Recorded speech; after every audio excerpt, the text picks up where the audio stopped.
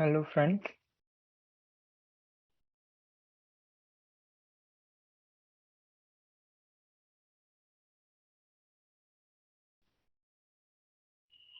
hello friends, welcome back to my YouTube channel and I hope you are doing well. Now the winter is going on और सर्दी बहुत अच्छे से बढ़ रही है और यहाँ राजस्थान में तो कोरोना भी बहुत ज्यादा हो रहा है। ज्यादातर जयपुर सिटी में तो लॉकडाउन शायद लग भी सकता है, नहीं भी लग सकता, कोई कह नहीं सकते इसके बारे में। But I hope you are doing well and be home, be at home and be safe. घर पे रहो, स्वस्थ रहो एंड पढ़ाई करते रहो। So in last class we have done with the exercise 5.2, in which we have done the like और यदि अपन को कोई समांतर श्रेणी दी हुई है तो उनके सारवंतर और प्रथम पद कैसे ज्ञात करें। और मैंने तुम्हें ना बहुत सारी चीजें बता दी हैं, जैसे कि सब वैसे अपन एकदम रिकैप करें सब चीज को। तो पहले रिकैप कैसे करेंगे कि हाँ भाई, पहले तो ये बताओ कि व्हाट इज एन एपी। तो समांतर श्रेणी क्या होती है कि संख्याओं का ऐसा समूह जिसमें रूल्स एंड रेगुलेशंस होने चाहिए, अर्थात कि दो पदों के बीच का अंतर क्या रहना चाहिए, समान रहना चाहिए। दो लगातार पद होने चाहिए, पहले के बाद दूसरा, दूसरे के बाद तीसरा। जैसे मैं तुम्हारे सामने कोई भी एक एपी लिखूं, जैसे 5, 10, है ना, 15, 20, ठीक है। तो अब तुम्हें यहाँ से सीधा सीधा पता चल रहा है कि जब यहाँ पे मैं तुम्हें बता रहा हूँ कि पहला पद, तो पहला पद क्या है, a इज इक्वल्स टू 5, है ना। और d क्या है यहाँ पे, d बराबर a2 - a1 या a3 - a2 या फिर a4 - a3। तो d की वैल्यू कहाँ क्या आ जाएगी, 5। तो मैंने तुम्हें एक चीज बताई थी कि किसी समांतर श्रेणी को जनरेट करने के लिए उसका पहला पद जरूरी है और उसका कौन सा पद जरूर और उसका सारवंतर जरूरी है, ठीक है। तो यहाँ तक तुम्हें समझ आ गया होगा। अब ये रही बात एक्सरसाइज 5.1 की। तो अपन ने 5.2 में क्या पढ़ा था, 5.1 में कि ये भी है कि कोई भी श्रेणी दी हुई है तो उससे आपसे ये पूछ लिया जाएगा कि प्रथम पद और सारवंतर बताइए, या फिर ये पूछ लिया जाएगा कि ये एक श्रेणी एपी में है या नहीं है। जैसे कि मैं तुम्हारे सामने कोई एक श्रेणी और लिखता हूँ, 2, है ना, फिर उसके बाद लिख दिया मैंने 5, फिर उसके बाद लिख दिया मैंने 9 लिख दिया, ठीक है। उसके बाद लिख दिया मैंने 12। अब तुम्हें देखते ही ये लग रहा है कि जैसे मान लो 2 और 5 में कितने का अंतर है, 3 का अंतर है ना। और या फिर 5 और 9 में कितने का अंतर है, 4 का अंतर है। और 9 और 12 में कितने का अंतर है, 3 का अंतर है। तो अब तुम मुझे एक बात बताओ कि ये तो मैं वैसे तो लग रहा है कि ये केपी नहीं है, बट पेपर में अपन ऐसे थोड़ी लिख सकते हैं। भाई पेपर में अपन ऐसे थोड़ी लिख सकते हैं कि नहीं है, अपन को कोई स्पेसिफिक रीजन तो देना पड़ेगा ना उसके लिए। तो रीजन क्या है कि अपन को डी की वैल्यूज कैलकुलेट करनी है। यदि डी की वैल्यूज समान आ रही हैं हर जगह पे, then it will be an AP, otherwise it will not be an AP, ठीक है। सो डी की वैल्यूज कैसे कैलकुलेट करेंगे, डी की वैल्यूज पहले कैलकुलेट करेंगे a2 - a1 से। a2 - a1 अर्थात दूसरा पद माइनस में पहला पद। तो दूसरा पद क्या है, 5 है, और पहला पद 2 है, तो डी की वैल्यू क्या आ जाएगी, 3। और अब इसी तरह से a3 - a2 कैलकुलेट करेंगे तो a3 - a2 आ जाएगा 4। तो 3 इज नॉट इक्वल्स टू 4, यानी कि a2 - a1 is equals a2 - a1 not equals to a3 - a2। So it will not be an AP, ठीक है। ऐसे उसको वो कर देंगे। अब तुम्हें 5.2 में क्या पढ़ाया था कि 5.2 में जैसे कि अपन को कोई पद दिया हुआ है, ठीक है, जैसे कोई समांतर श्रेणी दी हुई है, तो उससे अपन को कोई पद कैलकुलेट करना है। जैसे कि 76वां पद क्या होगा, 77वां पद क्या होगा। जैसे मैं तुम्हारे सामने यही एक श्रेणी ले लेता हूँ, 5, 10, 15, 20। तो तुम इसको कैसे कैलकुलेट करोगे, मैं तुम्हें बता दूं। जैसे कि मान लो मैं तुमसे पूछ लूं 77वां पद बताइए इसका, तो 77 ऐसे ही थोड़ी निकाल दोगे, उसके लिए कुछ आपको प्रोसेस करनी पड़ेगी या फिर कोई फॉर्मूला लगाना पड़ेगा। तो ए एन का फॉर्मूला लगाएंगे और A77 अपन को निकालना है, तो A77 निकल जाएगा ना। A77 निकालने के लिए ए है अपन के पास, है ना, और एन की वैल्यू क्या है, 77, और डी की वैल्यू क्या हो जाएगी, डी की वैल्यू क्या हो जाएगी, 5 है। तो मैं तुम्हें एक वैसे बताऊं तो इसका 77वां पद आएगा कि 77 - 1 इंटू 5 करेंगे तो 76 इंटू 5, यानी कि 5 6 30 एंड 38 0 प्लस में 5, तो इसका 77वां पद आ जाएगा 385। ठीक है, अब तुम्हें ये दिया जाएगा कि कोई पद, मतलब जैसे मैं तुम्हारे सामने कोई श्रेणी लिख दूं, तो इसमें मैं तुम्हें पूछूंगा कि भाई कोई पद इसमें 376 है या नहीं है, या फिर इस श्रेणी का कोई पद 376 है या नहीं। तो 376 है या नहीं, अपन को ए एन की वैल्यू दी हुई है, यानी कि एन व पद अपन को 376 मानना है। ठीक है, और अपन को एन की वैल्यू कैलकुलेट करनी है। अब तुम्हें एक बात बता दूं कि जैसे एन की वैल्यू पॉजिटिव इंटीजर होनी चाहिए, एन की वैल्यू हमेशा पॉजिटिव इंटीजर रहेगी। It will not be an it will not be a negative integer और ए रेशनल नंबर और इरेशनल नंबर। ठीक है, इरेशनल तो हो ही नहीं सकता, but it will not be an rational number और it will not be an integer, it will not be an negative integer. ठीक है, तो यहां तक समझ में आ गया। ठीक है, अब तुम्हें मैंने 5.2 तक करा दिया था, 5.3 के लिए आगे बढ़ते हैं। ठीक है, मैं यहाँ से मिटाल देता हूँ। आई होप कि तुम्हें समझ में आ गया होगा। यदि समझ में नहीं आया तो एक बार पिछली वीडियो को जाके देखें, फिर ये यहाँ से देखें, मैं उसकी लिंक डिस्क्रिप्शन में डाल दूंगा पहली वीडियो की, तो आप कृपया करके वहां से देख सकते हो। ठीक है, तो अब नेक्स्ट आगे बढ़े। नेक्स्ट प्रश्नावली या फिर नेक्स्ट एक्सरसाइज करने जा रहे हैं। तो नेक्स्ट एक्सरसाइज 5.3। तो 5.3 में क्या है कि जैसे अपन के सामने कोई श्रेणी दी हुई है। ठीक है, तो श्रेणी के लिए अब जैसे मैं तुम्हारे सामने एक बेसिक वो लिख रहा हूँ कि बेसिक रूप क्या होता है किसी समांतर श्रेणी का। तो बेसिक रूप यही तो होता है कि जैसे पहले ए है तो फिर ए प्लस डी हो जाएगा। ठीक है ना, फिर ए प्लस डी हो जाएगा। ठीक है, और फिर ए प्लस टू डी हो जाएगा, है ना। ऐसे ही तो जाती है समांतर श्रेणी, ऐसे ही तो जाती है समांतर श्रेणी, यानी कि ए प्लस टू डी हो जाएगा, है ना। और फिर क्या हो जाएगा, ऐसे ही अपन कितने पद तक लिख देते हैं, एन पद तक लिख देते हैं। तो एन व पद क्या होगा, A plus N minus one into D, A plus N minus one into D. ठीक है, अब तुम है एक बात बताओ कि a plus N minus one into D है, तो इससे पहले भी तो कुछ रहा होगा ना, a plus N minus one into D से पहले। a plus N minus one into D कौन सा पद है, n व पद। तो n माइनस वन व पद क्या रहा होगा इससे पहले, a plus N minus two into D ना, a plus N minus two into D रहा होगा या नहीं रहा होगा, आपका जवाब होगा हाँ। ठीक है, तो अब इनका अपन सम निकाल रहे हैं। पहले तो सम कैसे निकालेंगे, तो सम क्या हो जाएगा, इनका सम क्या हो जाएगा बताओ। सम इन सब का योग ही तो होगा, सम इनका सब का योग ही तो होगा। तो अपन जैसे मान लेते हैं, पहले अपन ने मान लिया ए, ठीक है, ए प्लस डी, ठीक है, और प्लस ए प्लस टू डी। ठीक है, फिर अब मैं तुम्हें सीधा ही लिख रहा हूं कि डॉट डॉट डॉट क्या, डॉट डॉट डॉट क्या बताओ, dot dot dot A plus N minus one into D. आ गया समझ, आ गया समझ।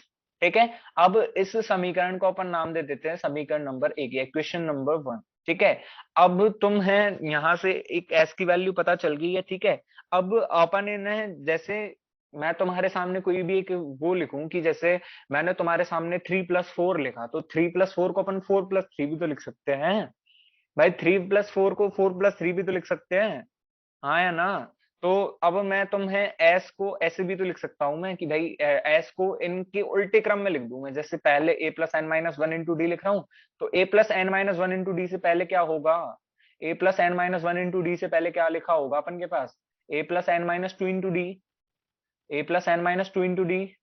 ठीक है ना, समझ में आ रहा है। तो A plus N minus two into D लिखा होगा, उससे फिर डॉट डॉट डॉट करके अब कौन सा पद लिख देता हूँ, ए प्लस डी लिख देता हूँ, और ए प्लस डी के बाद क्या, ए लिख दिया, प्लस ए लिख दिया। ठीक है, अब अपन क्या करने जा रहे हैं, अब अपन दोनों इक्वेशंस को ऐड करने जा रहे हैं। जैसे मैं तुम्हारे सामने 3+4 लिखता हूँ, तो 3+4 का उल्टा कितना हो जाएगा, 4+3, है ना। तो इनको जोड़ेंगे तो 14 ही तो आएगा ना, इनको जोड़ने पे 14 ही तो आएगा ना, और 14 को जब अपन भाग 2 से करेंगे तो एस की वैल्यू तब भी 7 आनी है, एस की वैल्यू तभी भी 7 आनी है। तो अब मैं इन दोनों को जोड़ने जा रहा हूं, और जोड़ूंगा मैं ऐसे कि जो ये यहाँ पे एन व पद है ना, उसको फर्स्ट टर्म से ऐड करना है। एन वो पद है ना जो उसको फर्स्ट टर्म के साथ ऐड करना है, n-2 पे पद को सेकंड पद के साथ ऐड करना है, n-3 पे पद मतलब n-3 यानी कि पीछे से जो तीसरा पद होगा ना उसको शुरू से तीसरे पद से वो करना है ऐड।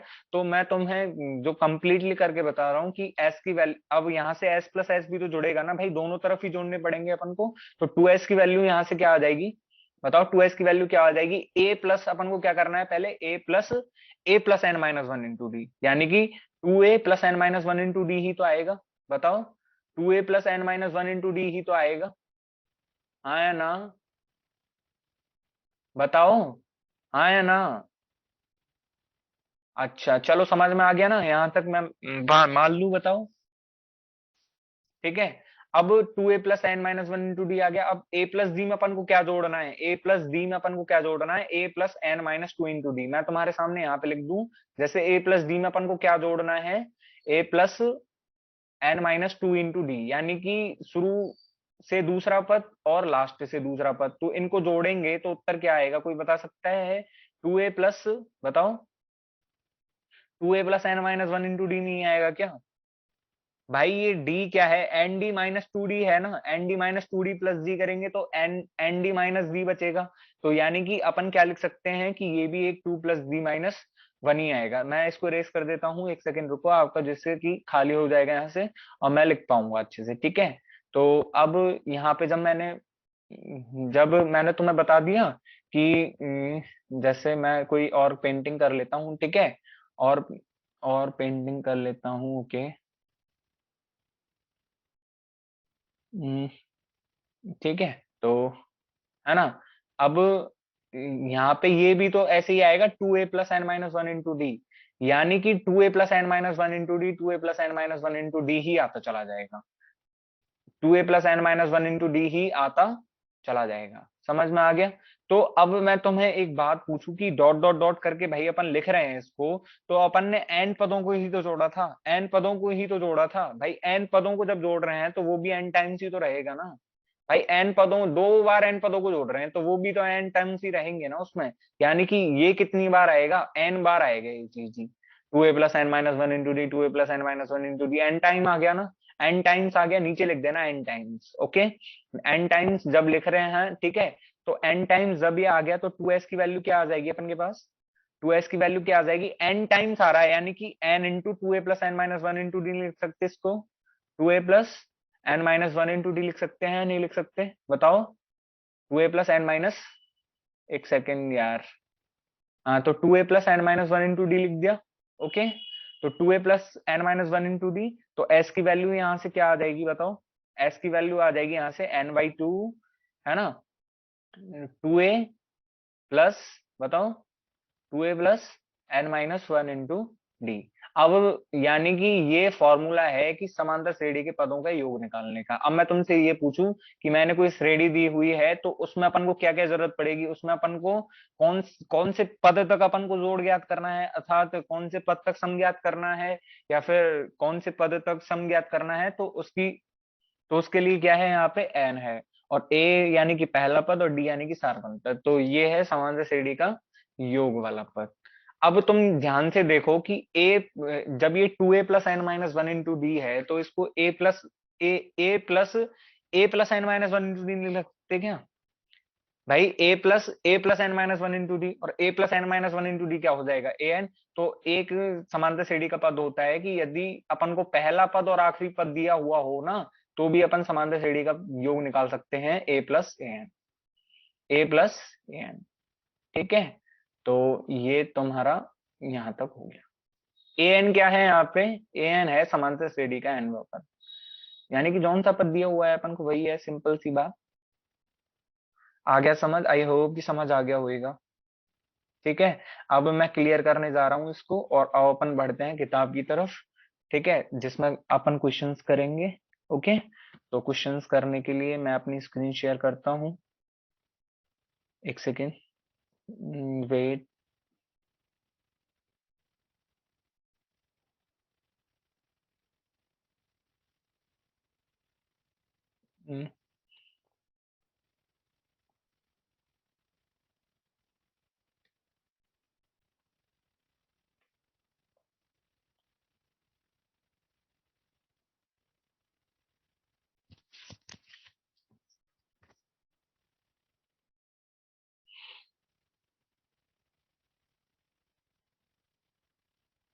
ओके, तो मैं अब अपनी शेयरिंग कर रहा हूँ। Okay,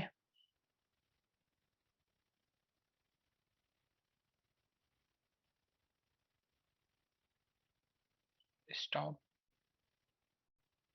share screen. ओके, तो अपन ने फॉर्मूला पढ़ लिया था उसका, है ना। तो अब अपन बढ़ रहे हैं सवाल की तरफ या क्वेश्चंस की तरफ। ठीक है, तो अब मैं तुम्हें एक बेसिक फॉर्मूलाज बता चुका हूँ कि भाई समांतर श्रेणी का योग कैसे ज्ञात करते हैं। अब तुम्हें ही सॉल्व करने हैं भाई, बहुत सरल प्रश्नावली है। थोड़ा ध्यान दे दिया तो समझ लो कि कुछ नहीं होने वाला, बस हो गया, प्रश्नावली हो गया। इसके बाद अपन स्टार्ट करेंगे द्विघात समीकरण। ओके, सो कई बार ये एनवे पद को एल से दर्शा देता है, ठीक है, तो ध्यान रखना तुम। तो अब मैं जैसे कि अब यहाँ से कराने जा रहा हूँ, चलो यहाँ से ही मैं आपको क्वेश्चंस कराता हूँ कि जैसे एपी दे दी हुई है अपन के पास, उदाहरण 11 करा रहा हूँ। एपी दी हुई है 8 3 - 2, तो यहाँ से कोई बता सकता है कि मेरे लिए कितना वो है सारवंतर। वीडियो को पॉज करके बताइए, वीडियो को पॉज करके एक बार खुद से ट्राई करने का प्रयास करें, फिर देखें कि भाई सवाल कैसे हुआ है, तब थोड़ा ज्यादा समझ में आएगा। ठीक है, तो 8 3 - 2 है, यानी कि ए की वैल्यू क्या है अपन के पास। अपन को क्वेश्चंस कैसे करने हैं, मैंने तुम्हें एक फॉर्मेट बताया था पहले, शायद तीसरी वीडियो में बताया था मैंने फॉर्मेट कि कैसे क्वेश्चंस को करते हैं। तो दिया हुआ लिखना है पहले, अपन को जो पूछ रहा है उसके आगे क्वेश्चन मार्क लगा के, जैसे दिया हुआ पहले कि श्रेणी दी हुई है और अपन को S22 ज्ञात करना है। S22 यानी कि 22 पदों का योग।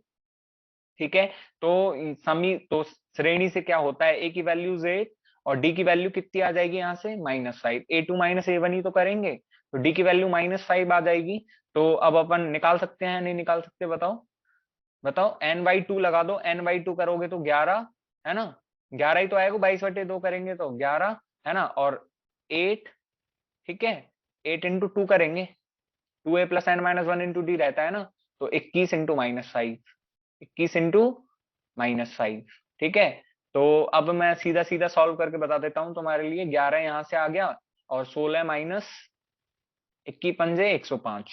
ठीक है, तो 105 में से घटाएंगे तो माइनस के 89, और -89 × 11 करेंगे तो बताओ, -89 × 11 करेंगे तो -979, तो -979 उत्तर आ जाएगा इसका।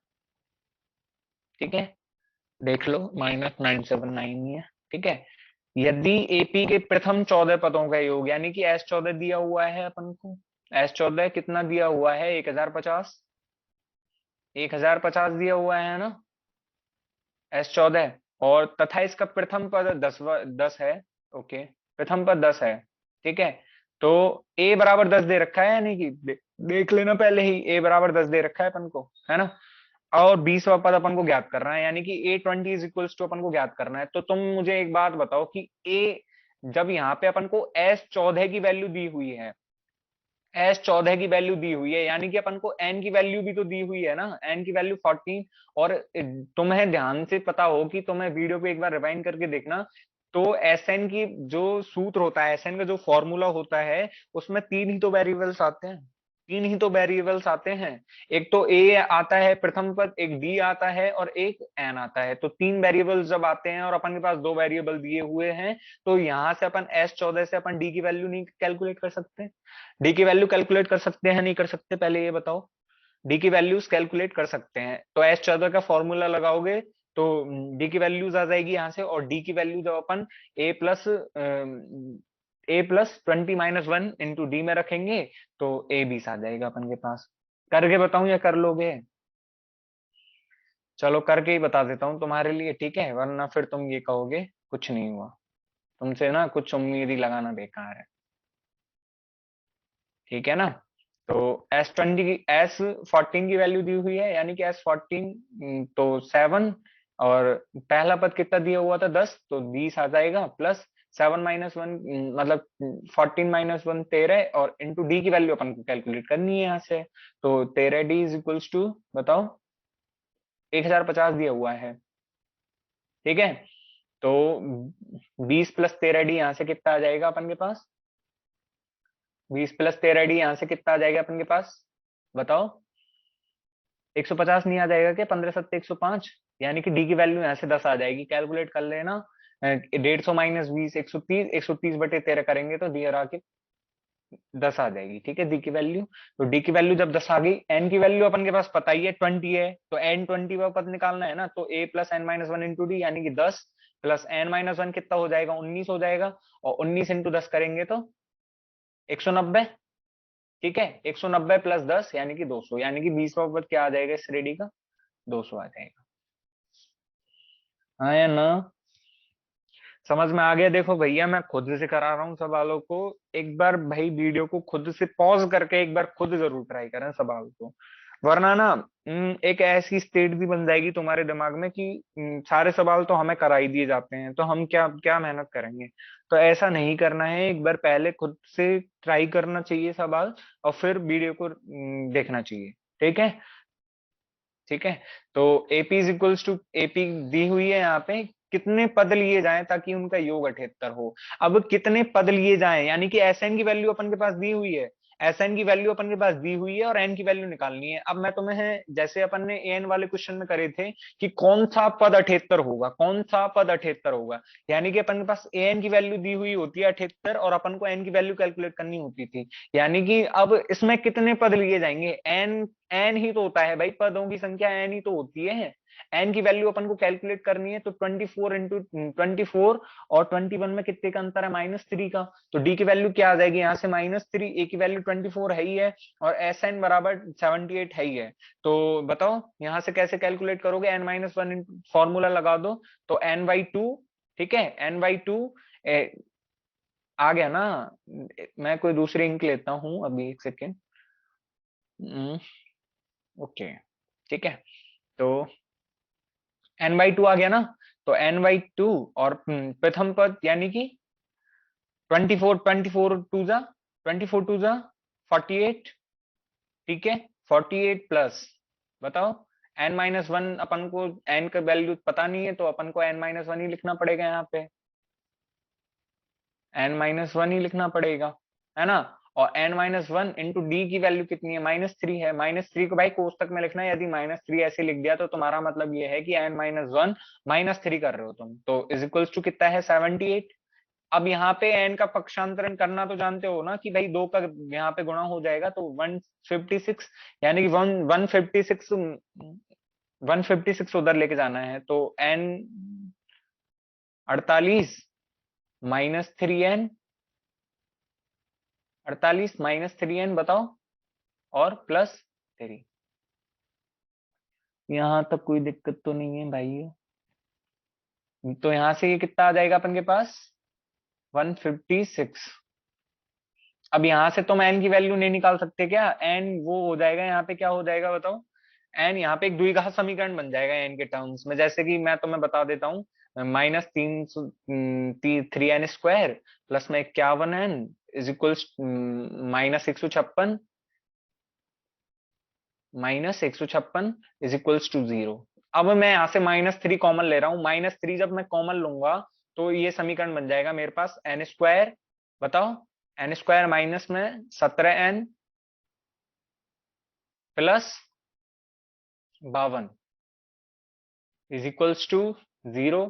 अब ये द्विघात समीकरण सॉल्व करना जानते हो? द्विघात समीकरण सॉल्व करना जानते हो क्या? बताओ कैसे सॉल्व करोगे इसको? बताओ ना कैसे सॉल्व करोगे इसको? भाई देखो, खुद से सॉल्व करना सीखो, कुछ कुछ चीजों को तो खुद खुद सॉल्व करना पड़ेगा, कुछ चीजों को तो। ठीक है, तो इसको कैसे तोड़ोगे बताओ? 13 चौका 52, है ना। तो एन की वैल्यू एक तो आ जाएगी अपन के पास 13, और एक एन की वैल्यू कितनी आ जाएगी अपन के पास? 4। ठीक है, वन गेम, 1 मिनट प्लीज।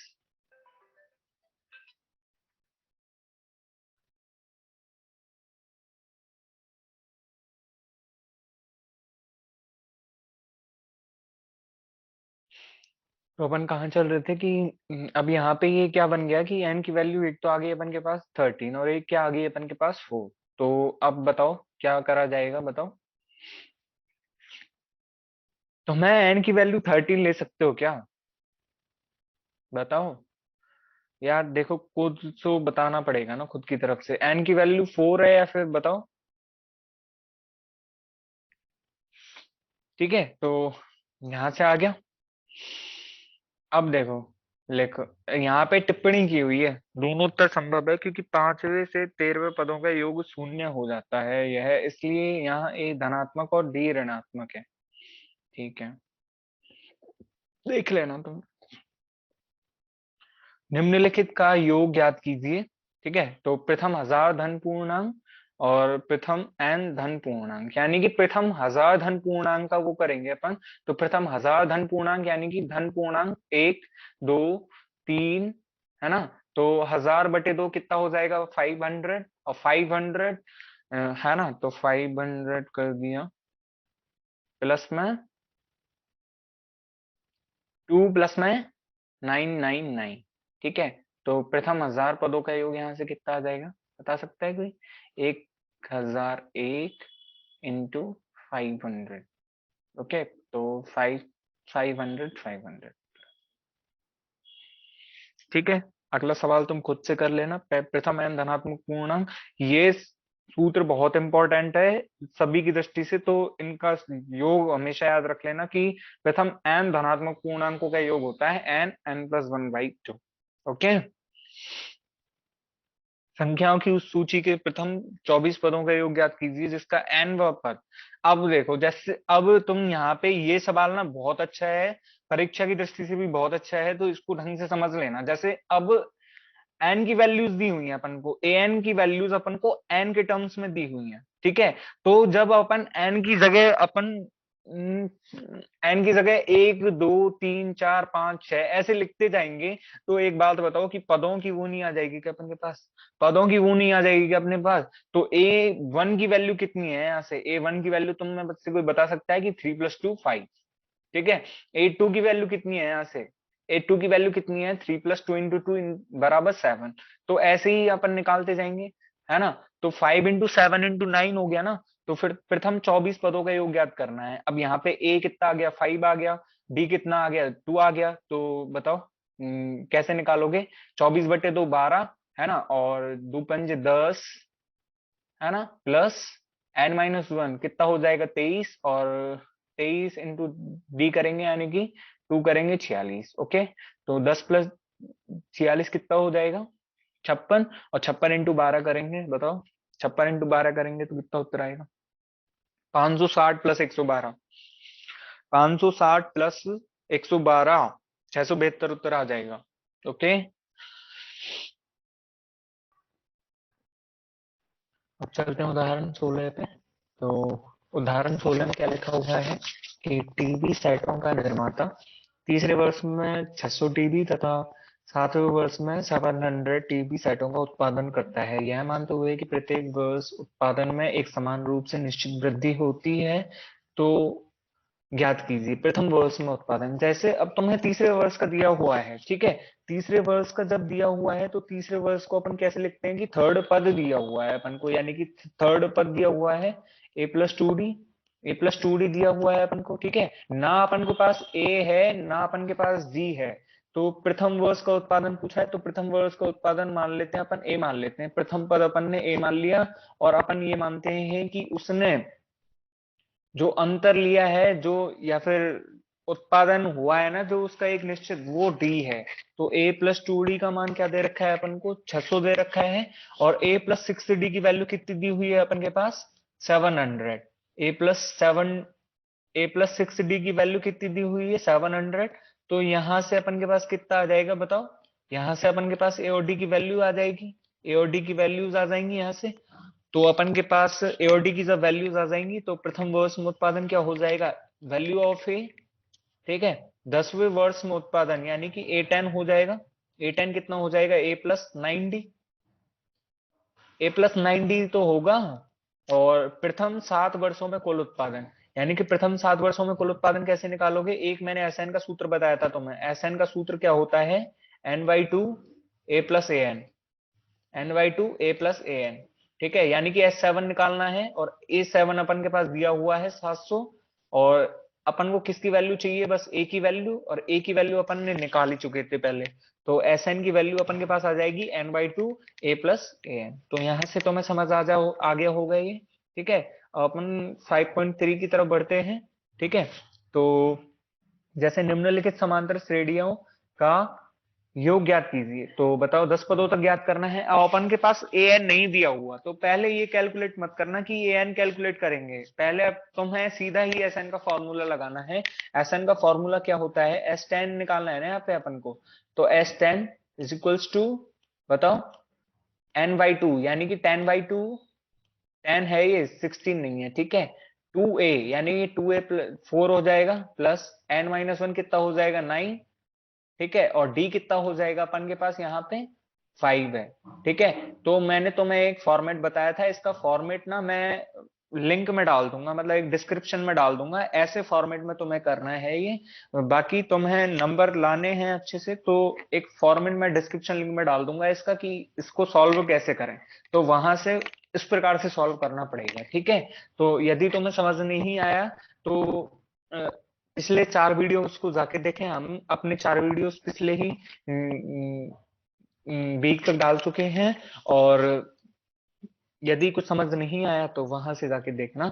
और मैं तुम्हें एक फॉर्मेट बताया था ये निकालने के लिए, ऐसा निकालने के लिए मैं एक फॉर्मेट डिस्क्रिप्शन लिंक में डाल दूंगा, यू कैन चेक देयर। ठीक है, सो सो 10/2 कितना हो जाएगा, 5, और 5 इंटू 9 इंटू 5 कितना हो जाएगा, 45, और 45 प्लस 4 49, तो 49 इंटू 5। अब बाकी के 2 सवाल तुम खुद करोगे, एक सवाल ये है और एक सवाल ये है। अब मैं तुम्हें पहले ये सवाल करवा देता हूं कि जैसे एक 1.7 प्लस 0.7 में कितने का फासला है, कितने का अंतर है, तो 1.1 आ जाएगा यहाँ से डी की वैल्यू, 1.1 आ जाएगा डी की वैल्यू, है ना। अब यहाँ पे तुम कैसे करोगे, बताओ, 1/15 और 1/12, यहाँ पे डी निकालना है अपन को, डी निकाल के और सीधा 11वें पद का सूत्र लगा देना है, S 11 is equals to 11/2, 2 into 1/15 plus 11-1, और जितना भी वो आता है ना इसका सारवंतर, सारवंतर कितना आएगा ये तुम देख लेना इसमें। तो सारवंतर मैं तुम्हें बता देता हूँ, 15 चौका 60, 15 चौक 60, 5 माइनस 15 चौक 60, है ना, 5 माइनस 4, यानी कि 1/60, 1/60 आएगा इसका। ठीक है, तो 1/60 आएगा इसका। ठीक है, तो 1/60 जब इसका डी आ जाएगा, तो अपन के पास ए डी दिया हुआ है, सारी चीजें दी हुई हैं, सारी चीजें दी हुई हैं, तो तुम एस एन का फॉर्मूला लगा के एस एन को नहीं ज्ञात कर सकते क्या। ठीक है, अब तुम्हें इस श्रेणी में, अब जैसे यहाँ पे भी तुम्हें योगफल ज्ञात करना है, पर यहाँ पे अपन के पास क्या पूछा था सब चीज, यहाँ से अपन से क्या पूछा था कि भाई 10 पदों तक, लेकिन यहाँ पे सीधा ही अपन को एस एन ज्ञात करना है भाई, अपन को एस एन ज्ञात करना है, तो अपन को यहाँ पे ए भी दिया हुआ है, और ये ए प्लस एन है, अंतिम पद को ही ए एन बोलते हैं। तो ये जब ए एन हो गया और ये जो ए हो गया, तो एस एन का फॉर्मूला क्या होता है अपन के पास, सीधा सीधा एस एन का फॉर्मूला क्या होता है, A plus A N into n/2, A plus A N into n/2, या फिर n/2 कोष्टक में ए प्लस ए एन, तो यहाँ से फॉर्मूला आ जाएगा तुम्हारे पास सीधा सीधा। ठीक है, अब ए के पी में ए बराबर 5, डी बराबर 3 and A N is equals to 50 दिया हुआ है, तो अपन को ए एन और एस एन की वैल्यू निकालनी है। तो एस एन की वैल्यू तो तुम सीधा सीधा ही निकाल दोगे यहाँ से, एस एन की वैल्यू कितनी आ जाएगी यहाँ से, n/2 A plus A N. लेकिन अपन के पास क्या आ रहा है, एन की वैल्यू की कमी आ रही है, तो पहले एन की वैल्यू कैसे निकालोगे, अपन के पास ए एन दिया हुआ है, और ए एन निकालने के लिए क्या चाहिए अपन के पास, A plus n-1 into D, 3 variables चाहिए, ए और डी दे रखा है। तो अपन यहाँ से किसकी वैल्यू निकाल लेंगे, यहाँ से एन की वैल्यू निकाल लेंगे, और एन की वैल्यू अपन एस एन की टर्म में लिख देंगे। ठीक है, तो यहाँ से एन की वैल्यू कितनी आएगी, कोई बता सकते हैं, यहाँ से एन की वैल्यू आएगी 40, 45 is equals to n-1 into D. ठीक है, सो एन की वैल्यू यहां से आएगी 16। ठीक है, एन की वैल्यू यहां से आएगी 16, तो जब एन की वैल्यू 16 रखेंगे यहाँ पे, तो 8 और 5 प्लस 55, तो 55 इंटू 8 करेंगे तो 440। ठीक है। सो यहाँ पे तुम्हें ए दिया हुआ है, ए 13 दिया हुआ है और अपन से एस 13 पूछ रहा है, यानी कि एन की वैल्यू 13 दी हुई है अपन को। एन की वैल्यू कितनी दी हुई है? 13। तो 13/2 कोष्टक में 7+35, तो कितना हो जाएगा इसका बताओ? 7+35 42, 42/2 करेंगे तो 21, 21 का गुणा 13 से कर दो, यानी कि यही तो आएगा भाई, यही तो आएगा भाई। मैं तो सीधा सीधा कर रहा हूं, तो मैं पूरा फॉर्मूला लगा के करना है ये। मैं तुम्हें एक फॉर्मेट बना के भेज दूंगा इस लिंक में, गूगल डिस्क्रिप्शन का लिंक डाल दूंगा मैं एक डिस्क्रिप्शन में, सो तुम चेक कर लेना वहां जाके। तो 13/2 a+a है, ठीक है।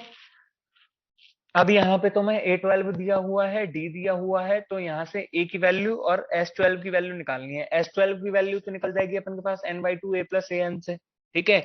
अब यहाँ से अपन को क्या चाहिए? A की वैल्यू चाहिए, और n की वैल्यू दी हुई है और D की वैल्यू दी हुई है और an की वैल्यू दी हुई है। तो A12 कितना दिया हुआ है अपन के पास? A12 कितना दिया हुआ है अपन के पास, बता सकते हैं? A12 दिया हुआ है 37, ठीक है। तो A12 का सीधा सीधा सा फॉर्मूला लगा दो यहाँ पे। तो A12 कितना होता है? A+11D, तो A+11D इज इक्वल्स टू 37, यानी कि 11D इज इक्वल्स टू कितना आ जाएगा यहाँ से? या फिर A निकालो डायरेक्ट, A+ ये 11 × 3 करेंगे, क्योंकि D की वैल्यू 3 दी हुई है, 33 इज इक्वल्स टू 37, यानी कि A की वैल्यू कितनी आ जाएगी यहाँ से? 4। तो S12 की वैल्यू कितनी आ जाएगी यहाँ से, कोई बता सकता है? 37+4 41, और 41 इंटू 6 कर दो, 12/2 इंटू 41, तो कर दो। तो बाकी के सवाल भाई देखो, खुद से जब तक कुछ नहीं करोगे ना, तब तक कुछ नहीं होने वाला। एक बार वीडियो को पॉज करके खुद से सारे के सारे सवाल ट्राई करें। कोई सा नहीं होता तो कमेंट में डाल दो, कमेंट में डाल दो, मैं खुद बता दूंगा, ठीक है। योग प्राप्त, अब देखो 636 योग प्राप्त करने के लिए कितने पद लिए जाने चाहिए?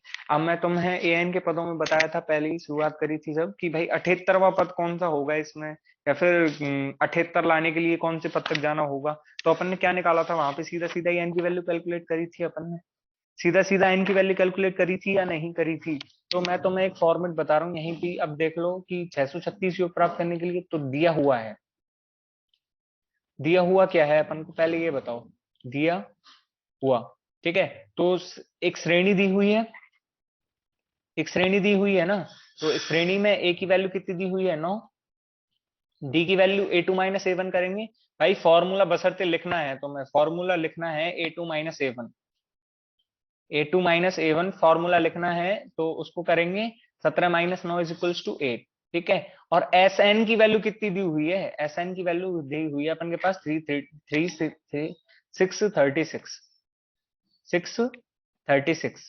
ठीक है। तो यहां से अब तुम निकाल सकते हो एन की वैल्यू, यहां से एन की वैल्यू निकाल सकते हो, बताओ। ले, मैं तुम्हारे सामने कर ही देता हूँ। 636 बराबर n/2, ठीक है। 636 बराबर n/2, बताओ।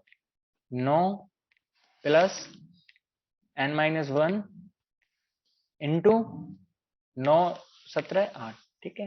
तो 636 गुणा दो, दो हो जाएगा यहाँ पे, क्योंकि पक्षांतरण करेंगे तो 1272 बराबर 9n प्लस में 8n² माइनस में 8n, ठीक है। तो यहां से अपन के पास आ जाएगी 8n² प्लस n बराबर plus minus 1272 is equals to 0। अब यहाँ से भाई बड़ा कैलकुलेट करना तो बहुत कठिन हो गया, तुम देख लेना खुद से, ठीक है। खुद से देख लेना, हो जाएगा सवाल, कोई दिक्कत नहीं आएगी इसमें। बताओ भाई इतना कर पाओगे या नहीं कर पाओगे? ठीक है, खुद से कर लेना, ठीक है। तो नेक्स्ट क्वेश्चन पे बढ़ते हैं। किसी, यहाँ पे ये देखो क्वाड्रेटिक इक्वेशन बन रही है। क्वाड्रेटिक इक्वेशन को जब सॉल्व करेंगे तो नंबर ऑफ सॉल्यूशंस या फिर मूल की संख्या कितनी आएगी? 2 आएगी। एन की वैल्यूज अपन के पास 2 आएंगी, ठीक है। एन की वैल्यूज अपन के पास 2 आएंगी। किसी एपी का प्रथम पद 5 है, ए की वैल्यू ये दी हुई है, ए एन की वैल्यू अपन के पास 45 दी हुई है, और एस एन की वैल्यू अपन के पास कितनी दी हुई है 400। तो पदों की संख्या और सारवंतर ज्ञात करना है। अब पदों की संख्या और सारवंतर ज्ञात करने के लिए अपन के पास दो समीकरण तो होने चाहिए, दो समीकरण तो होना चाहिए। तो दो समीकरण दे तो रखे हैं, एक तो एस एन का वो लगा दो और एक ए एन का वो लगा दो। तो ए एन अपन के पास 45 दिया हुआ है, यानी कि A plus N minus one into D कितना दिया हुआ है अपन को 45। ठीक है, A plus N minus one into D अपन के पास कितना दिया हुआ है 45 दिया हुआ है ना। और एस एन कितना दिया हुआ है अपन के पास 200, यानी कि एन बाई टू। भाई देखो, इन इक्वेशंस को खुद से सॉल्व नहीं करोगे ना तब तक कुछ नहीं आ रहा तुम्हें, तब तक कुछ नहीं आएगा तो मैं समझ, मैं मेरी गारंटी के साथ बता रहा हूँ ये तो। ठीक है, 2a plus N minus one into D कितना दे रखा है अपन के पास 400। तो जब ये दोनों दे रखे हैं तो इनसे अपन कैलकुलेट नहीं कर सकते क्या इनकी वैल्यू और डी की वैल्यू। भाई तुम खुद से कैलकुलेट करोगे, मैं कैलकुलेट नहीं कर पा रहा हूँ। ठीक है, तो मैं तुम्हें अब, देखो ये सवाल तुम खुद से कर लेना। ठीक है, ये सब सारे के सारे एक ही कॉन्सेप्ट बेस है कि देखो मैं तुम्हें थोड़ा सा पढ़ के बता देता हूँ। छठवां सवाल पढ़ो कि किसी एपी के प्रथम और अंतिम पद क्रम से है। ए की वैल्यू दी हुई है 17 और ए एन की वैल्यू दी हुई है 350। यदि सारवंतर 9 है तो इसमें कितने पद हैं और उनका योग क्या है। पहले तो अपन को एन की वैल्यू कैलकुलेट करनी है। एन की वैल्यू कैसे कैलकुलेट करोगे बताओ। एन की वैल्यू कैसे कैलकुलेट करोगे, ए एन की वैल्यू, ए एन का वो फॉर्मूला लगा के। तो ए एन अपन के पास 350 दिया हुआ है, यानी कि A plus N minus one into D अपन के पास 350 दिया हुआ है, यानी कि N minus one into D अपन के पास कितना हो गया 333। ठीक है, और डी का वैल्यू जब अपन पक्षांतरण करेंगे डिवीजन में चला जाएगा तो 333/9, 333/9 कितना हो जाएगा बताओ, 37 हो जाएगा। तो एन की वैल्यू अपन के पास 38 आ गई। और फिर एस एन का फॉर्मूला लगा दो 38/2 कोष्टक में 2 × 17 प्लस में 38 माइनस वन और इंटू में 9, यानी कि 37 × 9 प्लस 2 × 17 करेंगे 34 और बाहर 38/2 यानी कि 19 दिया हुआ है। खुद से कैलकुलेशन करना सीखो। उस एपी के प्रथम 22 पदों का योग ज्ञात कीजिए जिसमें डी बराबर 7 और 22वां पद 49 है, यानी कि A22 दिया हुआ है अपन को। A22 कितना है 149। एन की वैल्यू भी दी हुई है, देख लो एन की वैल्यू भी दी हुई है, यानी कि A22 जब अपन के पास 149 है और डी की वैल्यू अपन के पास 7 है, तो अपन को जरूरत किसकी है, जरूरत सिर्फ ए की तो है अपन के पास, जरूरत सिर्फ ए की तो है। तो ए की वैल्यू कैसे निकालेंगे, ए प्लस 21d इक्वल्स टू 149 दे रखा है, यानी कि a प्लस 21d करेंगे तो 21d कितना हो जाएगा यहाँ से 147, यानी कि a की वैल्यू कितनी आ जाएगी 2 आ जाएगी। और a की वैल्यू जब 2 आ जाएगी तो एस एन का फॉर्मूला लगा देंगे n/2, यानी कि 22/2, 22/2 कोष्टक में a कितना आया था 2 प्लस ए एन कितना है 149, यानी कि 151 इंटू 11। ठीक है, यानी कि ये आएगा 151 इंटू 11 करोगे तो 1661। ठीक है, तो अब अपन आगे बढ़ते हैं। उस एपी के प्रथम 51 पदों का योग ज्ञात करिए। ऐसे 51 इज इक्वल्स टू अपन को ज्ञात करना है जिसके दूसरे और तीसरे पद, यानी कि ए प्लस डी दिया हुआ है और ए प्लस 2d दिया हुआ है। भाई दूसरा पद क्या होता है, ए प्लस डी ही तो होता है। भाई दूसरा पद क्या होता है, ए प्लस डी होता है। और तीसरे पद क्या हो जाएंगे 14। तीसरा पद क्या है ए प्लस टू डी, तो ए प्लस टू डी क्या दिया हुआ है 18। तो यहाँ से ए और डी की वैल्यूज आ जाएंगी अपन के पास। ए और डी की वैल्यूज अब आ जाएंगी तो एन की वैल्यू अपन के पास दी हुई है ही है, तो 51/2 जो ए की वैल्यू आएगी उसको रख देना। ठीक है, हो जाएगा तुमसे ये। ठीक है, अब ये एक सवाल दिया हुआ है अपन के पास यहाँ पे 10वां सवाल देखो।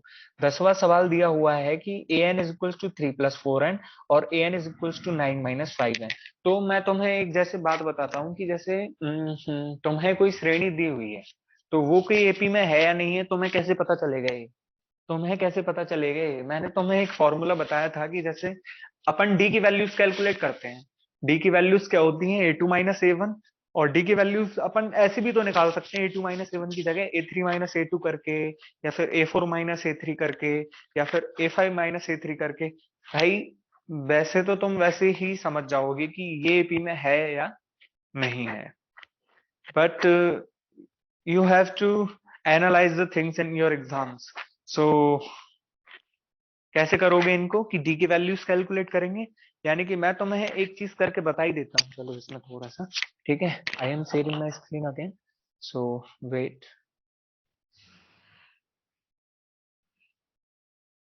ठीक है, जैसे इसमें ए एन की वैल्यू क्या दी हुई हुई थी अपन के पास, ए एन की वैल्यू क्या दी हुई थी, ए एन की वैल्यू मैं दूसरे सवाल से कर रहा हूँ, 9 - 5n दी हुई थी इसमें, एन की वैल्यू, एन की वैल्यू 9 - 5n दी हुई थी। ठीक है, साइड चेंज करता हूँ। जब ए एन की वैल्यू 9 - 5 दी हुई थी, तो अपन इनमें वैल्यूज कैसे निकालते हैं, वैल्यूज कैसे निकालते हैं अपन, एन की वैल्यूज रखते जाएंगे। भाई फर्स्ट टर्म क्या होती है, फर्स्ट टर्म को ए वन भी तो बोलते हैं, फर्स्ट टर्म को ही तो ए वन बोलते हैं, सेकंड टर्म को ए टू, थर्ड टर्म को ए थ्री। सो अपन फर्स्ट टर्म निकाल रहे हैं, तो फर्स्ट टर्म निकालने के लिए एन की वैल्यू फर्स्ट, एन की वैल्यू एक रखनी पड़ेगी, यानी कि ए वन इज इक्वल्स टू 9 - 5 करेंगे, 9 - 5 करेंगे तो 9 - 5 कितना हो जाएगा, 4 हो जाएगा। ठीक है, आ गया समझ। अब इसी प्रकार से अपन को क्या ज्ञात करना है, ए टू ज्ञात करना है, तो ए टू ज्ञात करेंगे, बताओ ए टू कैसे ज्ञात करोगे, 9 - 10, ए की जगह अपन एन की जगह क्या रख देना है, 2 रख देना है, यानी -1। ठीक है, अब ए थ्री कैलकुलेट करेंगे, तो ए थ्री कैलकुलेट करेंगे तो 9 - 5 × 15, सो कितना आ जाएगा बताओ, -6। अब ए फोर निकालना है अपन को, तो ए फोर कैसे निकालोगे, 9 - 20, यानी कि -11, -11 डॉट डॉट डॉट। ठीक है, तो अब ये सवाल तुम्हें कैसे करना है कि दिया हुआ क्या है, दिया हुआ ए एन बराबर इतना है, दिया हुआ ए एन बराबर इतना है, और सिद्ध क्या करना है अपन को, सिद्ध करना कि यह एक एपी है, सिद्ध करना यह एक एपी है। तो फिर उसके बाद लिखना है अपन को, चूंकि चूंकि ए एन बराबर, अब चूंकि यहाँ पे तुम्हें शुरुआत करनी है, चूंकि लिख के फिर यहाँ से शुरुआत कर देनी है तुमको, A N is equals to 9 - 5n। So A one कितना हो जाएगा, ए टू कितना हो जाएगा, ए थ्री कितना हो जाएगा, ए फोर कितना हो जाएगा। तो अब बताओ, अब डी की वैल्यूज कैलकुलेट करो, डी की वैल्यूज कैसे कैलकुलेट करेंगे, डी की वैल्यूज A2 - A1 करेंगे, A2 - A1 करेंगे, यानी कि A2 - A1 करो, तो A2 - A1 यानी कि -1 - 4 इज इक्वल्स टू -5। और डी की वैल्यू दोबारा से कैलकुलेट करो एक बार, डी की वैल्यू दोबारा से कैलकुलेट करो, A3 - A2, यानी कि A3 - A2 करोगे तो -6 + 1, यानी कि -5। तो अब तुम मुझे एक बात बताओ कि तुम आगे की कैलकुलेट करने की जरूरत नहीं है, क्योंकि आगे तुम्हें दिख तो रहा ही है कि भाई -6 में -5 जोड़ेंगे तो -11। तो डी की वैल्यूज लगभग A2 - A3 is equals to क्या है, A3 - A2। सो जो ए एन दिया हुआ है यह एक एपी बनाएगा, या ये एपी एक जनरेट करेगा। ठीक है, सो ये एक सवाल हो गया है ना। So now I am going to previous page. ठीक है, एंड ठीक है, सो अब सेकंड क्वेश्चन क्या दिया हुआ है, 3 + 4n दिया हुआ है ना, 3 + 4n दिया हुआ है, तो 3 + 4n के लिए कैसे करोगे बताओ। यहाँ पे n की वैल्यूज रखते जाएंगे, n की वैल्यूज क्या रखते जाएंगे, 1 2 3 4 5 6, यानी कि n की वैल्यूज अब वन अपन एक रखेंगे तो इसका वैल्यू आ जाएगा 7, 2 रखेंगे तो 4, 4 दूनी 8 और 3 11, 3 रखेंगे तो 4 3 12 और 3 15, यानी कि 4 रखेंगे तो 16, 16 और 3 19। तो अब डॉट डॉट डॉट करके लिख दो कि भाई डी की वैल्यूज कैलकुलेट करो, तो डी की वैल्यूज A2 - A1 से कैलकुलेट करोगे तो भी 4 है, A3 - A2 से भी कैलकुलेट करोगे तो भी 4 है, तो ये एक समांतर श्रेणी है। तुम्हें फॉर्मेट तुम्हें बता ही दिया है कि दिया हुआ समांतर श्रेणी का एनवा पद दिया हुआ है, N is equals to 3 + 4n, और जब A+4n 3 + 4n दिया हुआ है, तो एन की डिफरेंट डिफरेंट वैल्यूज रखेंगे, एन बराबर 1 2 3 4 एंड ठीक है। तो मैं फॉर्मेट बता ही दिया है, जस्ट वीडियो को थोड़ा सा रिवाइंड करें पीछे की तरफ और तुम्हें फॉर्मेट मिल जाएगा। अन्यथा मैं एक फॉर्मेट तुम्हें डिस्क्रिप्शन में डाल दूंगा, ये मेरा प्रॉमिस है। ठीक है, और तुम्हें उसी जो डिस्क्रिप्शन में जो मैं तुम्हें वो डालूंगा क्या, फॉर्मेट की सवाल को कैसे करना है, उसी फॉर्मेट से यदि तुम करोगे, मैं अपनी श्योरिटी के साथ बता रहा हूं कि you will get full marks in your exam. Okay, ठीक है।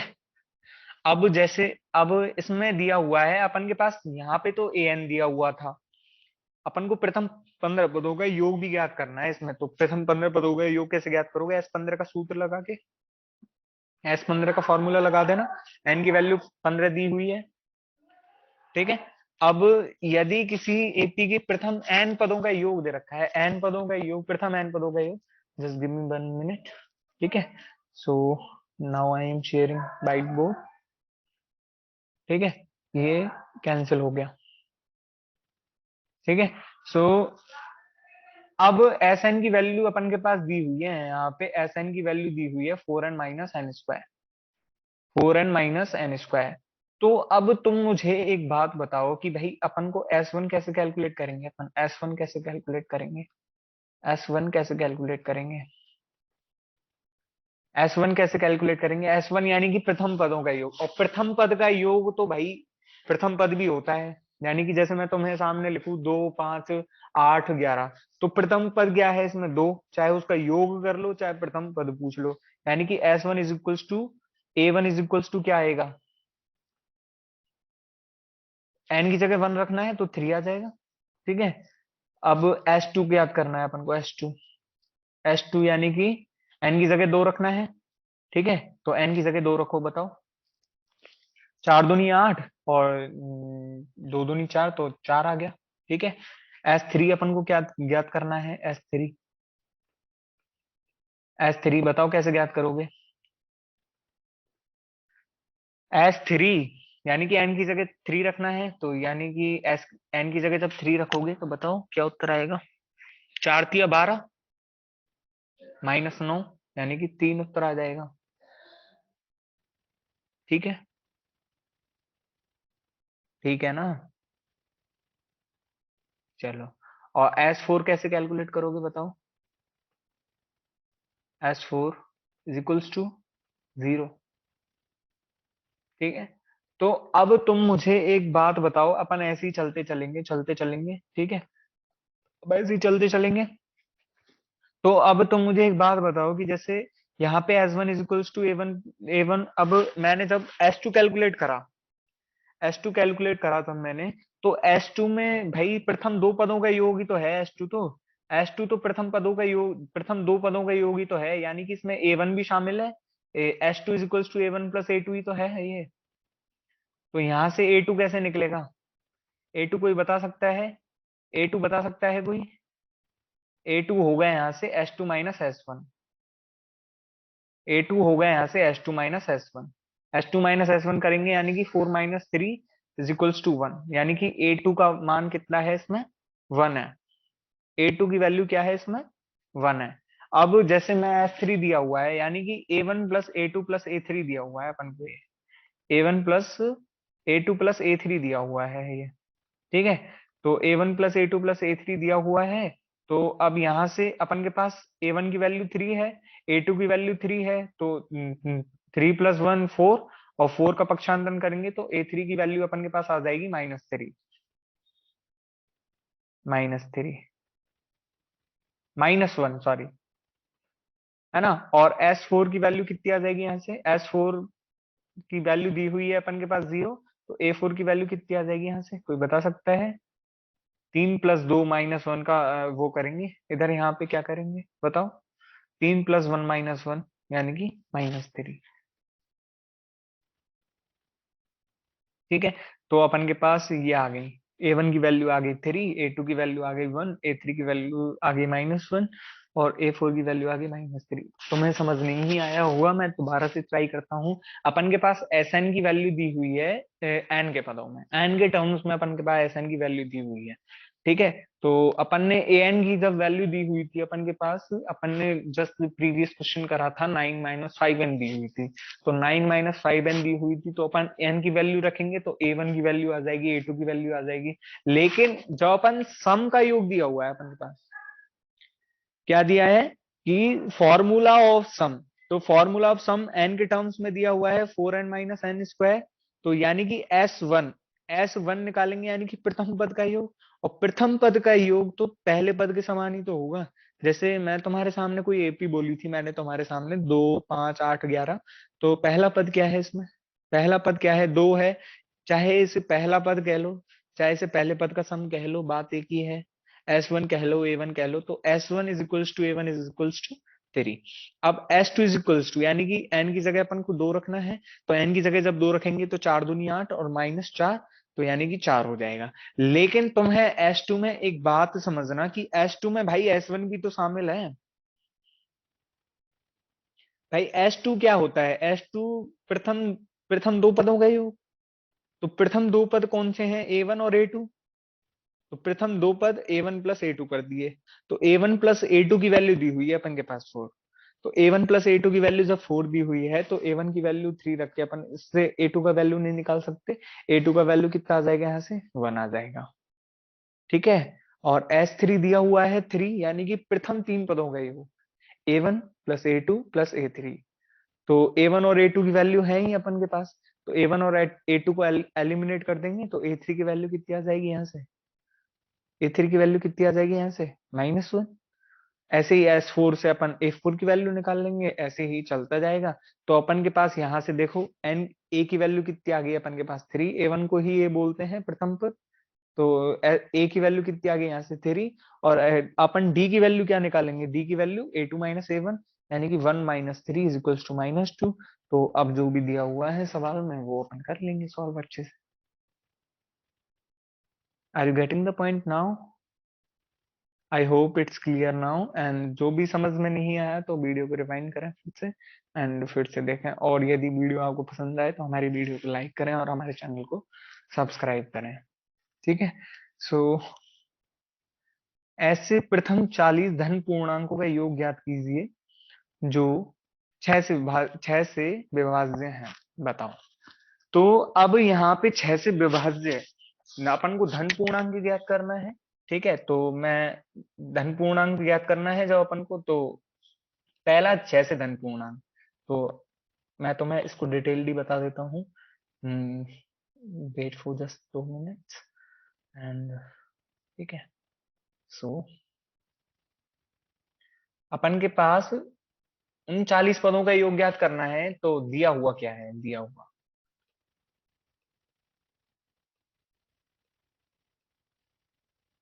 दिया हुआ क्या है कि अपन को क्या ज्ञात करना है? ज्ञात करना है कि प्रथम 40 धन पूर्णांक जो प्रथम 40 धन पूर्णांकों का योग जो 6 से विभाज्य है। तो पहला पद 6 से विभाज्य कौन सा है? पहला 6 से पद विभाज्य कौन सा है? पहला 6 से विभाजित पद कौन सा है? पहला 6 से विभाजित पद, यानी कि a इज इक्वल्स टू कितना है अपन के पास? ये अपन के पास कितना है? 6 है। ठीक है।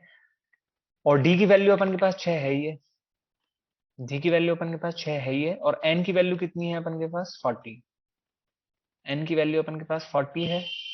तो बताओ, तुम यहां से कर सकते हो नहीं कर सकते? एस एन की वैल्यू डायरेक्ट, एस एन की वैल्यू यहाँ से डायरेक्ट निकाल सकते हो, या फिर S40 कर दो इसको direct. S40 is equal to अपन को ज्ञात करना है,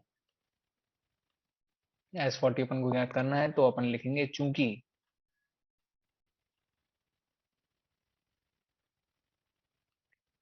एस एन बराबर n/2 a plus N two A plus N minus one into D, उसका फॉर्मूला लगाएंगे। और फॉर्मूले से n की जगह अपन 40 रख देंगे, a की जगह 6 रख देंगे, d की जगह 6 रख देंगे, तो अपन के पास S40 की वैल्यू आ जाएगी। आ गया समझ? आई होप कि समझ आ गया होगा।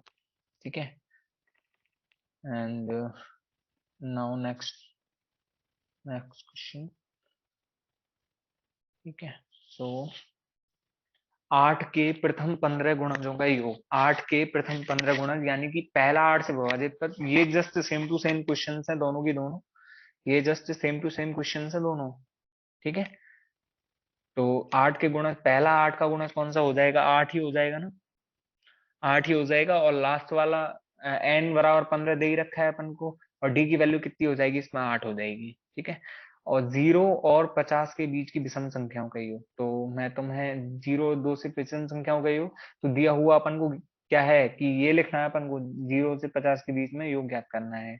तो सिंस 0 और 50 के बीच में पहली विषम संख्या यानी कि a इज इक्वल्स टू कितना है अपन के पास 1 है, और अंतिम विषम संख्या कौन सी है, अंतिम विषम संख्या कौन सी है, यानी कि a n is equals to कितना है अपन के पास 49, और d की वैल्यू कितनी आती है इसमें, डी की वैल्यू कितनी आएगी अपन के पास बताओ, डी की वैल्यू कितनी आएगी, डी की वैल्यू 2 आ जाएगी, हर एक डी की वैल्यू कितनी आ जाएगी 1 आ जाएगी। अरे डी की वैल्यू 2 ही आएगी है ना, क्योंकि हर विषम संख्या में 2 का फासला होता है, यानी कि 1 2 3, तो 3 माइनस 1 करेंगे तो 2, तो डी की वैल्यू कितनी आ जाएगी यहाँ से 2। तो पहले अपन को एन की वैल्यू कैलकुलेट करनी पड़ेगी यहाँ से एस एन की निकालने के लिए। एस एन निकालने के लिए भाई ए और ए एन तो दिया हुआ है, पर एन की वैल्यू कहाँ दी हुई है, तो एन की वैल्यू तुम यहाँ से निकाल लोगे, एन के फॉर्मूले से, एन के फॉर्मूले से तुम एन की वैल्यू निकालो और एस एन के पद में रख देना। ठीक है। अब निर्माण कार्य से संबंधित किसी ठेके में एक निश्चित तिथि के बाद कार्य को विलंब से पूरी करने के लिए जुर्माना लगाने का प्रावधान इस प्रकार है। ठीक है। पहले दिन के लिए 200, दूसरे दिन के लिए 250, तीसरे दिन के लिए 300, अर्थात प्रत्येक उत्तरोत्तर दिन का जुर्माना अपने पहले दिन से 50 अधिक है। एक ठेकेदार को जुर्माने के रूप में कितनी राशि जमा करनी पड़ेगी यदि वह इस कार्य में 30 दिन का विलंब कर देता है, यानी कि अपन को S30 की वैल्यू निकालनी है, S30 की वैल्यू निकालनी है। ठीक है, तो इसकी भाषा मैं तुम्हें चलो कराई देता हूँ भाषा। ठीक है, तो पहले दिन के लिए, ठीक है, भाषा में कराई देता हूँ, एक सेकेंड रुको।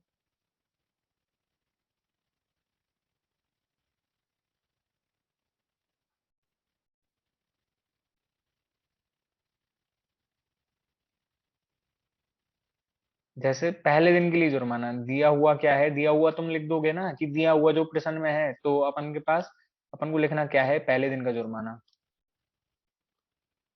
पहले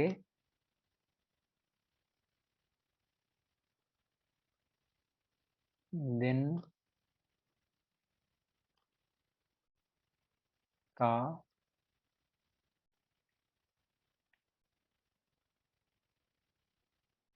पहले दिन का जुर्माना तुम लिख लेना है ना। पहले दिन का जुर्माना कितना है अपन के पास, कितना दिया हुआ है 200, है ना। और रोज की बढ़ोतरी, रोज का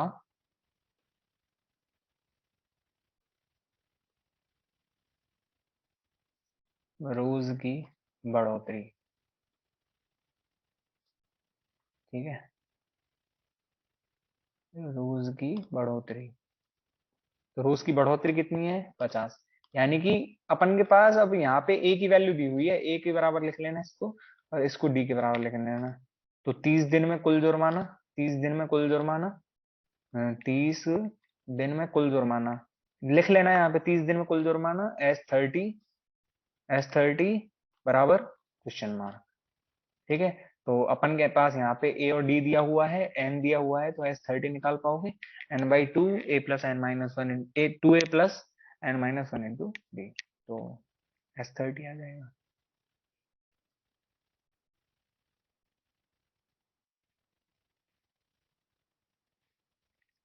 बाकी के देखो खुद से कर लेना, ये दोनों तीनों सवाल तो ऐसे के ऐसे दिए हुए हैं, तो मैं भाषा लिखनी है थोड़ी थोड़ी सी, और सवाल को सीधा नहीं करना है भाई, सीधे सवाल को नहीं करना है, ये एक बात हमेशा याद रखना। ठीक है, सो अब अपन नेक्स्ट सवाल पे चलते हैं, 18वां सवाल। ठीक है, तो दिया हुआ क्या है, ढंग से सवाल को पढ़ो पहले तो। केंद्र ए से प्रारंभ करते हुए बारी बारी से केंद्रों ए और बी को लेते हुए त्रिज्याओं 0.5 सेमी वाले उत्तरोत्तर अर्धवृत्तों को खींचकर एक सर्पिल बनाया गया है। सर्पिल यानी कि स्पाइरल, स्पाइरल। ठीक है, जैसा कि आकृति 5.4 में दर्शाया गया है। 13 क्रमागत अर्धवृत्तों से बने इस सर्पिल की कुल लंबाई क्या है, कुल लंबाई क्या है।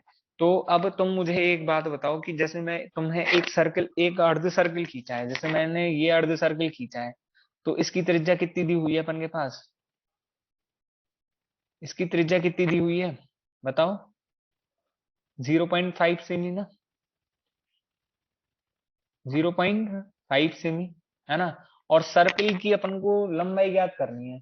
तो तो तुम एक बात बता सकते हो मुझे कि एक सर्कल में कितना वो लग रहा है। जैसे 0.5 है फर्स्ट फर्स्ट वो 0.5 दे रखी है ना अपन को अर्धवृत्त की त्रिज्या। तो इसमें कितना लगेगा इस सर्कल में? फर्स्ट सेमी ही तो लगेगा, 1 सेमी ही तो लगेगा, 1 सेमी ही तो लगेगा। यानी कि इसका 1 सेमी लगेगा भाई, पूरा लगाना है ना अपन को पूरा।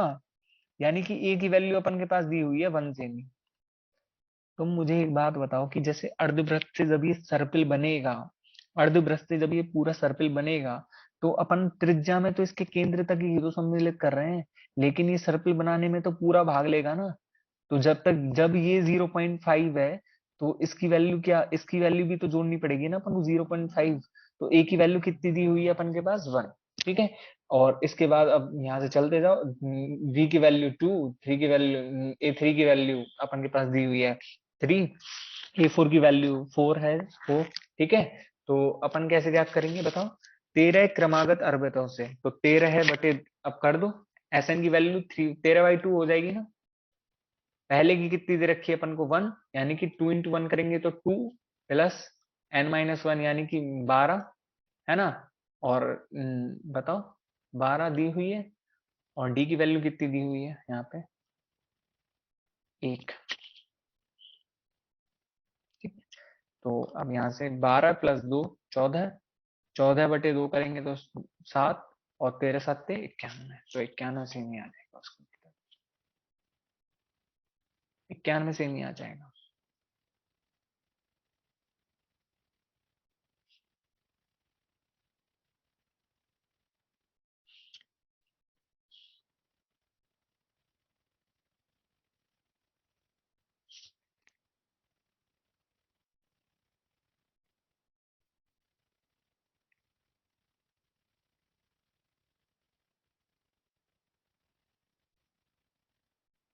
तो आज के लिए इतना ही बहुत है, मिलते हैं नेक्स्ट क्लास में, तब तक के लिए bye. And we at home and we attentive towards your health, and corona चल रहा है, तो अपने घर पे रहें और सेफ रहें। बाय।